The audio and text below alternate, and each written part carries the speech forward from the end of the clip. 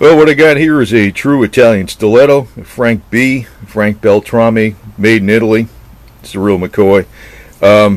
You got your safety on here, push it up, slides a little something behind that button so you can't depress the button. You slide it down, you can actuate it. Some states these are illegal to own, even not in my state, but a lot of states, depends on what you could do for carrying them. I don't know why, because I'm looking at this knife and I'm saying to myself, what the hell's the difference between this and just a fixed blade knife, or what do you call it, something you take out of your toolbox and you sharpen with an angle grinder. It's the same deal. So anyway, how you open it up, it's a true automatic. You press the button right here after you disengage the safety, and boom, it opens up. Down there in the blade it says made in Italy. It says Frank B. Can't fit his whole last name in the back there. You know, it's just instead of Frank Beltrame. It's a stainless steel blade, tactical, black, serrated edge. I wanted to want the serrated edge because I like to, you know, some people go, oh, serrated edge.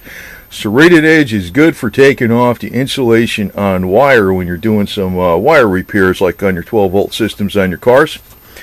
And the blade came nice and sharp. And you got, like in the back here, how to close it up. It's regular stiletto. It's not a pull ring. It's not a pick lock type or anything. It's a regular standard stiletto. You push this down, the bolster down, and you can see it disengages that little pin. That's a pin lock, and then you close it. And it works great. It works great. It was sharp right out of the box. This bad boy was only 59 bucks. I was like, delivered. The reason being, and you know, I decided to get some fake handles. These are fake briarwood. So they're plastic, right? But they look real. But I also figured that since they're plastic, they're probably more durable, and so a lot of natural materials. And a lot of times, since they're made out of a plastic, they're going to be more consistent how they're finished. And to tell you the truth, I'm very happy with it.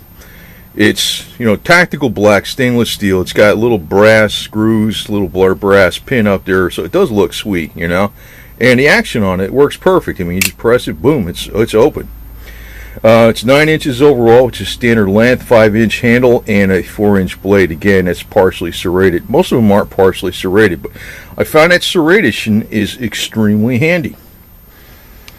Which I'm beginning to wonder why the hell they're have problems with these knives, because I like this thing, to tell you the truth. I guess if you got to go practical and worry about the laws, you want to go with a spring assisted. I guess I'm going to show what that is later on. But this thing is a damn nice knife, and it's practical and useful in a lot of different ways, and I would love to carry the hell out of this all the time, but I think I'd have to get a concealed carry permit to carry it here.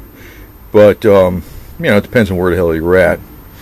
Because this might be, well, it depends on your state. But as far as the quality of this thing for 59 bucks, being a genuine made in Italy stiletto, and the look of it, you know, a lot of ways I like that black. The black like that. I didn't want to get it all black, so I chose the fake briarwood. And actually, it looks really nice. The safety on it works. The safety's not too hard to take off or put on. It's smooth. The action is quick, and it locks up real quick, and it's a nice looking blade, and I think it's extremely useful. So, and I'm like just wondering about some of these crazy, you know what I'm going to tell you, probably maybe shouldn't go too long on this video. Maybe I should make a separate video for a longer discussion. But they really, these knives got a bad rap from movies. That's where they got a bad rap from, not from any kind of reality in history, because this is just a practical little compact tool. It's not really, any knife could be a weapon. Like I said, I could make one out of pretty damn thick tool steel out of a, you know, 3/4 inch open wrench, and just make the damn thing myself, right? And it'll be far more deadly than this, because it'll be bigger, heavier, stronger, made out of tool steel. Actually, the original switchblades were more of a novelty than anything. Then the movies picked them up. The movies picked it up, and then the politicians got a hold of all the dumb laws. So, you know, a lot of states these are illegal though, but are legal But as far as carrying them, it depends.